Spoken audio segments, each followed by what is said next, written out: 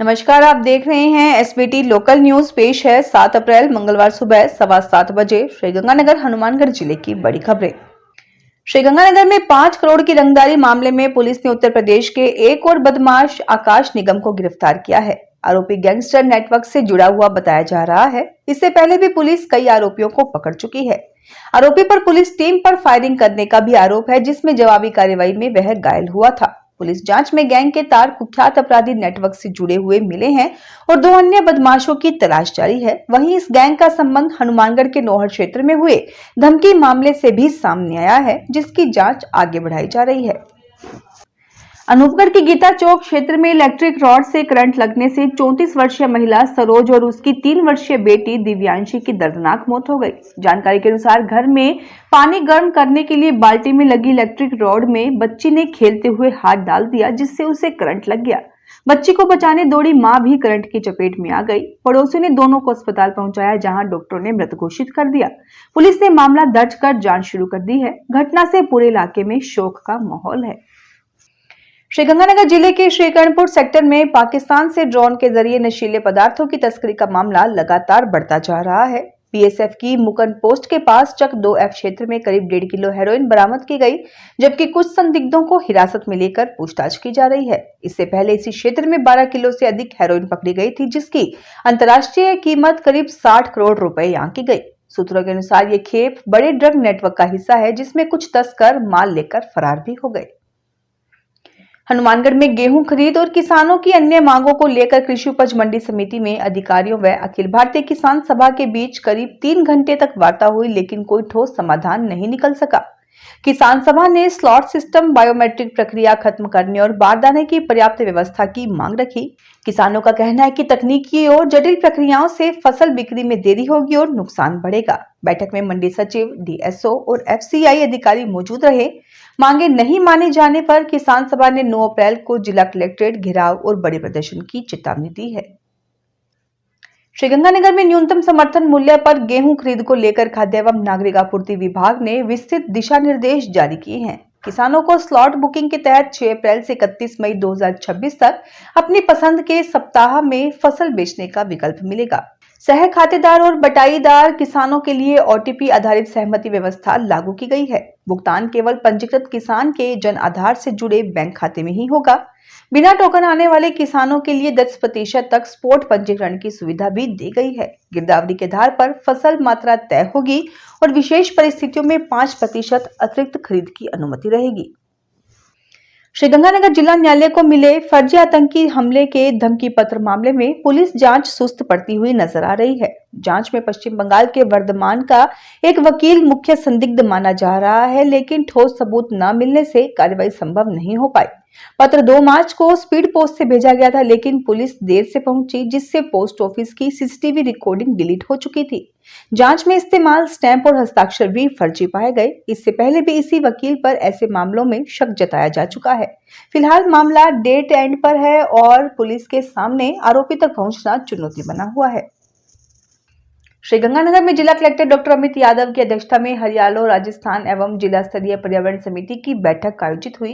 बैठक में पर्यावरण संरक्षण, वृक्षारोपण, सिंगल यूज प्लास्टिक पर नियंत्रण और प्रदूषण से जुड़े मुद्दों पर विस्तार से चर्चा की गई। जिला कलेक्टर ने वर्ष 2026-27 की कार्य योजना तैयार कर व्यापक स्तर पर पौधारोपण, पौधों की देखरेख, जन जागरूकता और विभागीय समन्वय सुनिश्चित करने के निर्देश दिए।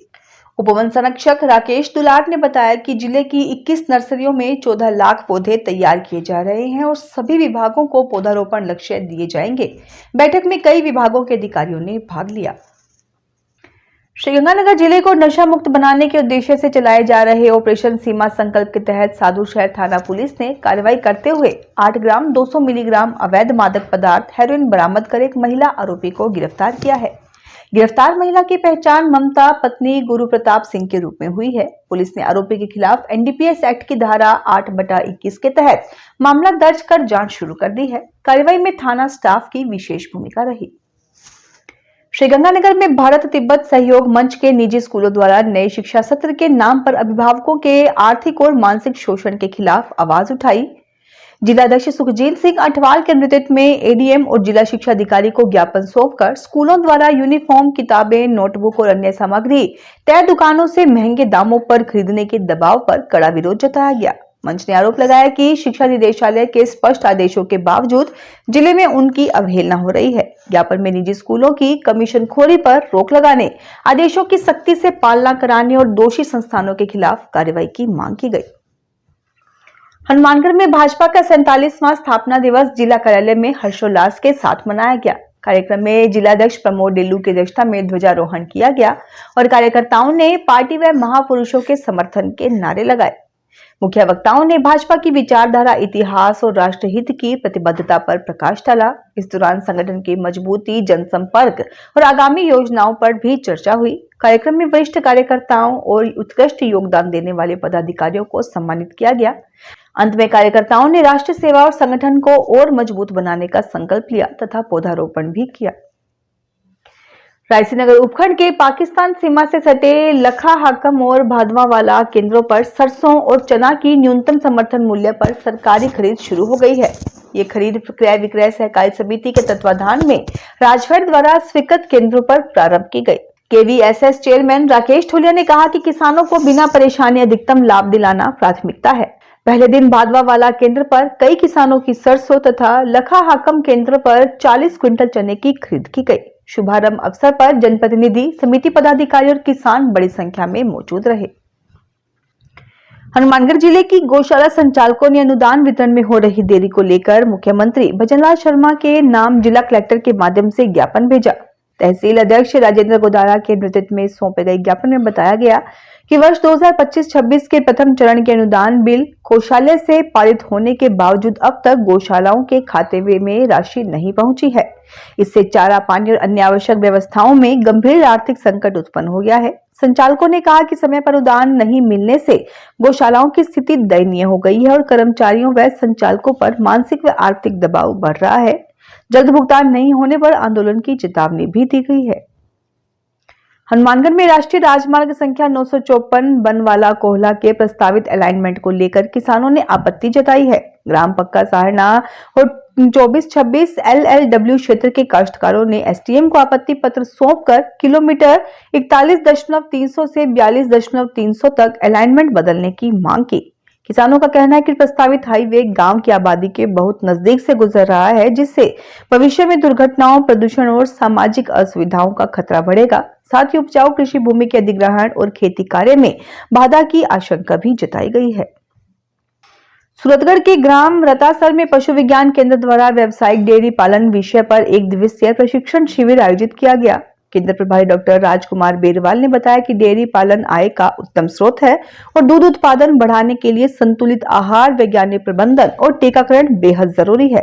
उन्होंने थार पारकर, साहिवाल, राठी और गिर नस्ल की विशेषताओं के साथ अजोला चारा, साइलेज, खनिज लवण और पशु आहार के महत्व पर जानकारी दी। पशुपालन विभाग के उपनिदेशक डॉक्टर राकेश गुंबर ने विभिन्न सरकारी योजनाओं और पशुपालन योजना की जानकारी दी। शिविर में 41 पशुपालकों ने भाग लिया। हनुमानगढ़ जिले के रावासर थाना क्षेत्र में बाइक और आवारा पशु की टक्कर से घायल हुए 56 वर्षीय कांता सिंह बाजीगर की इलाज के दौरान मौत हो गई। हादसा 1 अप्रैल को हुआ था, जब वे अपने गांव के पास मोटरसाइकिल से जा रहे थे। गंभीर हालत में उन्हें पहले हनुमानगढ़ और बाद में श्रीगंगानगर के एक निजी अस्पताल में भर्ती करवाया गया, जहां रविवार को उन्होंने दम तोड़ दिया। पुलिस ने बेटे की रिपोर्ट पर मर्ग दर्ज कर पोस्टमार्टम के बाद शव परिजनों को सौंप दिया है। तो ये थी आज की बड़ी खबरें। अगर आपको हमारा बुलेटिन पसंद आया हो तो वीडियो को लाइक करें, अपने दोस्तों से शेयर करें, चैनल को सब्सक्राइब करना ना भूलें। फिर मिलेंगे नई खबरों के साथ। धन्यवाद।